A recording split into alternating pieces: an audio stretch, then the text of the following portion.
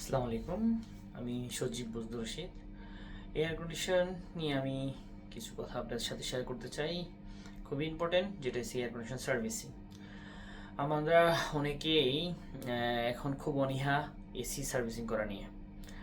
AC সার্ভিসিংয়ের কিছু নিয়ম আছে, যেটা হচ্ছে সবচেয়ে গুরুত্বপূর্ণ, যে এসি যখনই এসি চালু করবেন সিজনের শুরুতে, তখন এর আগেই এসিটা সার্ভিসিং করে নিতে হবে। এটা হচ্ছে এসির নিয়ম। তাতে করে এসির কী কী উপকার হয় সেটা আমি আপনাদেরকে বোঝাবো। যার মধ্যে রয়েছে সবচেয়ে বেশি উপকার হয়েছে যে এসির ভিতরে অনেকগুলো ব্যাকটেরিয়া জন্ম হয় যখন আপনি এসিটা সিজন শেষে বন্ধ করে রাখেন। দীর্ঘদিন বন্ধ থাকলে এসি অনেক কি বলে ব্যাকটেরিয়া জন্ম হয়। ব্যাকটেরিয়াগুলি কীভাবে জন্ম হয় আমি সেটা আপনাদেরকে বুঝে বলছি। সেটা হচ্ছে যে আমরা যখন এসিটা বন্ধ করি, এসির ভিতরে একটা ট্রে থাকে, ওই ট্রের মধ্যে কিছু অংশ পানি থেকে যায়, আর সেই ট্রের সাথে একটা ড্রেন পাইপ থাকে, যেটা পাইপটা কোথাও যাচ্ছে ম্যানহোলে, কোথাও যাচ্ছে এসি মানে বাইরে চলে যাচ্ছে, রুমের বাইরে।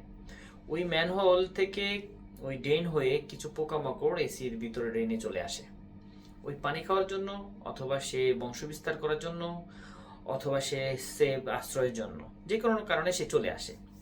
সে এসে এখানে আসে, তারপরে পানিটা যতদিন থাকে থাকে, তারপরে একসময় দেখা গেছে সে মারা যায়, বা সেখানে অনেক ব্যাকটেরিয়া জন্ম দেয়, ডিম পাড়ে বা মলত্যাগ করে, যেটাই করুক সেইভাবে অনেক ব্যাকটেরিয়া জন্ম হয় সেখান থেকে।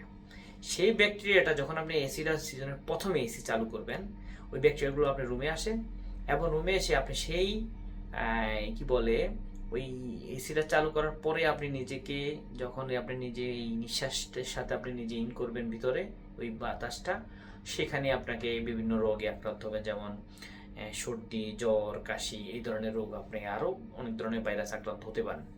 তাই আমি সবাইকে সাজেশন করব, এসি সিজন শুরু হওয়ার আগেই, মতলব যখন আপনি এসি চালু করবেন তার আগে এসিটা চালু করে সার্ভিসিং করে নিন।